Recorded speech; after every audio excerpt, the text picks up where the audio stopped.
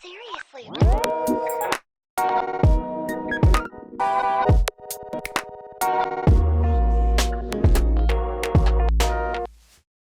Well, Jenna, it was you and I we had a chance to meet. I think Thursday. Yes, Right. Thursday. Yep. First time we met. Yep. You know. Yep. And you're involved in a lot of different things. I am. Here in Alton. Yes. And I want to learn all about that. I'm curious. So this series is about people who have either moved to Alton, who didn't know about it, or who chose to move back after growing up here. And certainly part of this is that the narrative of Alton for a lot of people is that it's been a city in decline, it's in the Midwest, there's not a lot going on. And yet what we're finding is a lot of people are moving back. Yes. And we're all meeting those people and getting involved. And so you chose to move back here, right? I did. Yeah. I did. Yeah. Can you tell me where you grew up? I mean, Yeah. and So tell me, start from the beginning. So Yeah. I'm a purebred Altonian. Yeah. My grandfather came over with his family from Sicily, settled here. My great-great-grandparents came from Germany, and they're farmers. So they started a farm in Alton and Fosterburg area. Is that And right? so, yeah, so been here my whole life. But anyways, so just as a young girl, I mean, I remember walking down 3rd Street and seeing the Tawada Art Gallery and just being influenced and mesmerized by everything going on, and the mural on the back near the Hainer Public Library.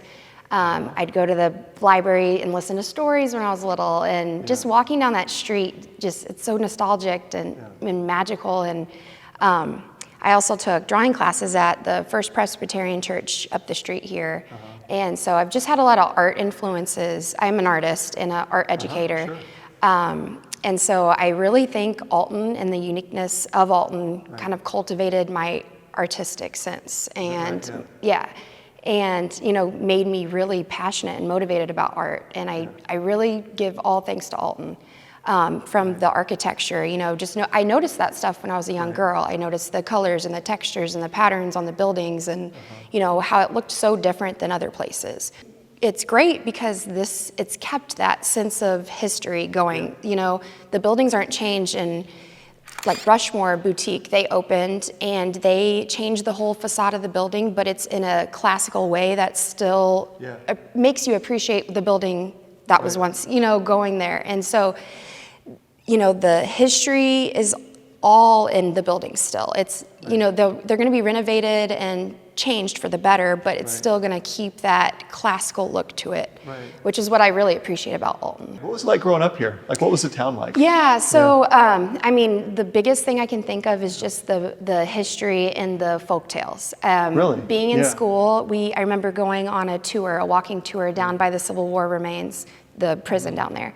And so, they told us all the stories and everything growing up. And, that was just a really memorable moment in school, is learning the history of Alton and where we come from and, everything that's special about it. So, and hearing the Pie-Saw Bird legend, all that stuff's really interesting. And to people who aren't from here, it's very interesting to them. And, I've been a lot of places and I'll tell them these stories about the Pie-Saw Bird, Robert Wadlow, and they'll sit there and research later, about it and keep asking me about it. And so they're intrigued.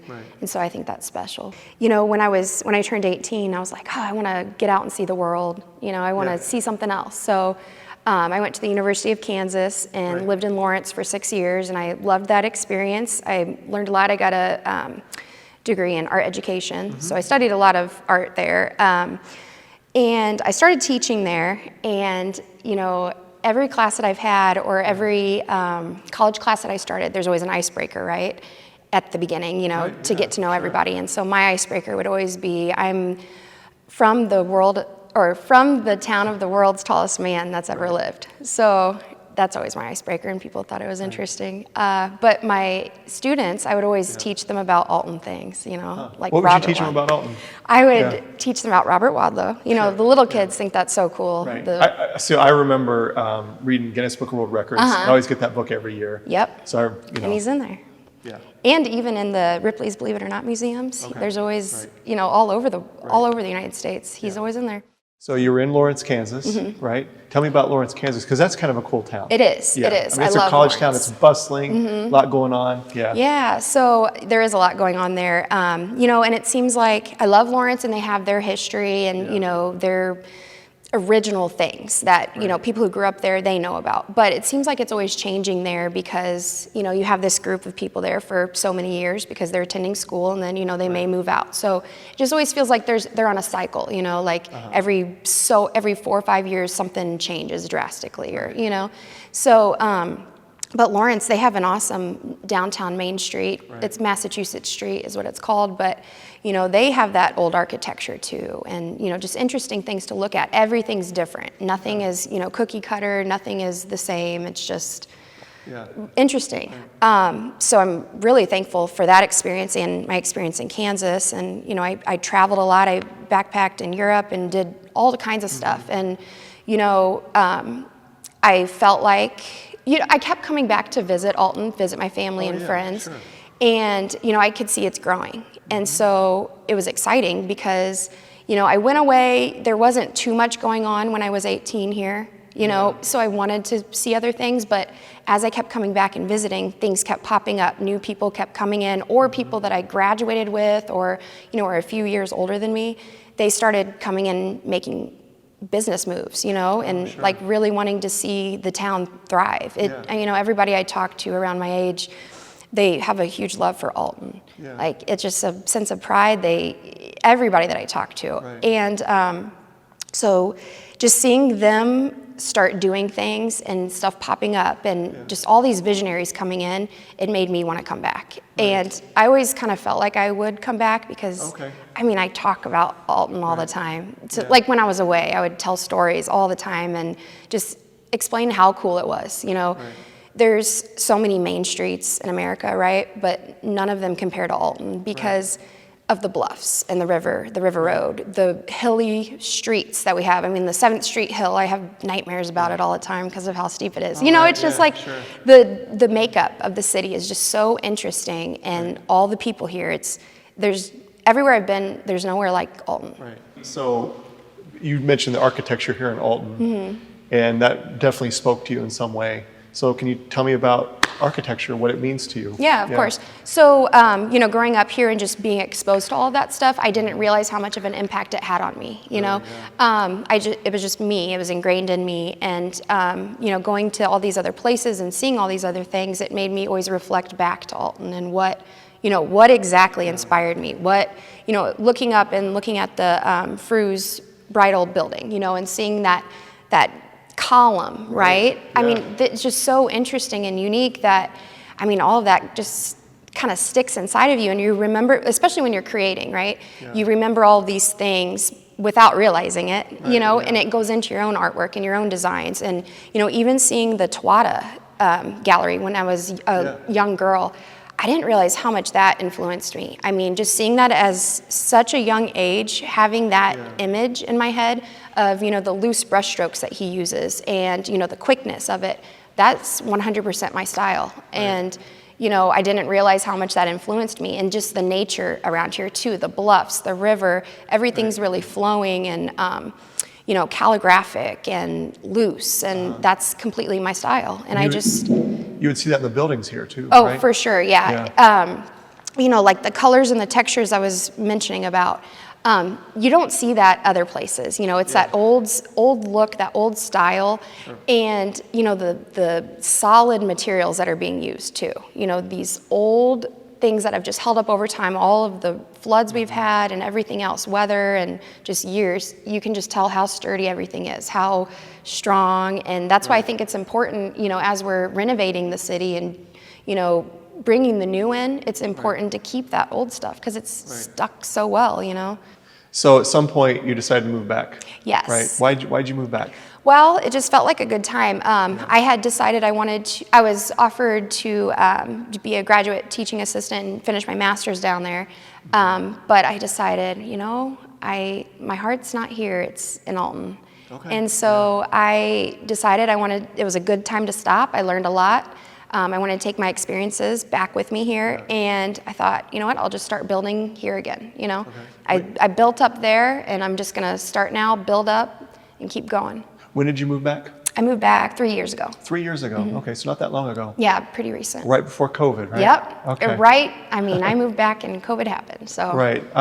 So I imagine you've been visiting here, right? Do you still have family here? I do. Yeah. Okay. So you've been visiting over the years, but moving back, did anything surprise you, or what had changed since you last lived here? So much. I mean, for the best, though. You know. Yeah.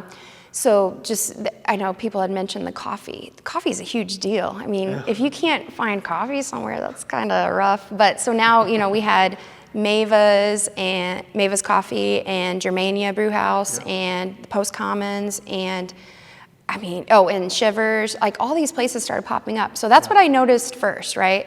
The coffee, which was great. Yeah. But then all these other businesses started popping up, like Rushmore Boutique, which I love, and the toy store, and just all these different places. The conservatory. I mean, I think the people who are coming in and doing things are really, you know, artistically inclined, and I don't know, it just feels like something big's brewing. Yeah. And so you're experiencing your hometown. Yes. Growing up in a different way. Becoming cooler, having more things to do. For sure. Yeah. So, you know, especially within Alton, what I'm seeing, just, you know, people, because of their different ideas and everything that's brewing in their head, you know, they're coming together and coming up with these unique concepts that are not, you know, necessarily seen other places. And I think that, you know, speaks to the individuality of the city too. But, you know, Michael Snyder, he has his artwork at the conservatory. And I mean, that is just the fact that they allowed him to come in and decorate their entire building with his artwork, plus what they're doing with the original music there and everything, just those ideas coming together combined. You know, that's a unique thing. That's natural. You can't make that up. You can't write that out. You know, this is our business plan. That's just something that these minds came together and they developed. And, you know, I see a lot of that within Alton in general. Like Germania, that's a whole different concept too. You know, they had the taps for a while there, that with the coffee and then the look of the building and, you know, how they're designing the insides of it. That's 100% made up in their head. Right. And that they're visually showing that. I mean, that is so incredible that people, just everything that they're coming up with in their head, they're able to produce it. Right. And that's what's kind of making Alton different and vibrant, you know. I recently was asked to join Alton Main Street as the design co-chair. And so, you know, with that, I'm really excited and enthusiastic about, you know, getting murals in the city and, you know, hopefully getting some color going, you know, making things more inviting, you know, maybe a parking lot that was once kind of vacant or people didn't know if they could park there or whatever. You know, we're trying to really spice it up and make it look like a welcoming place, right? Yeah. With the kids growing up in Alton right now, what would you like to tell them about this city that you know, and what do you think the future of this city is for them? Okay. I would tell them don't take it for granted. You know, like, I don't know if everybody's like this wherever you grow up at. You just take it for granted and you're like, oh, this town's whatever. But it's really a unique place. And, you know, young kids, a lot of them don't have the opportunity to get to travel places, right? So this is all they know. They don't have anything to compare it to.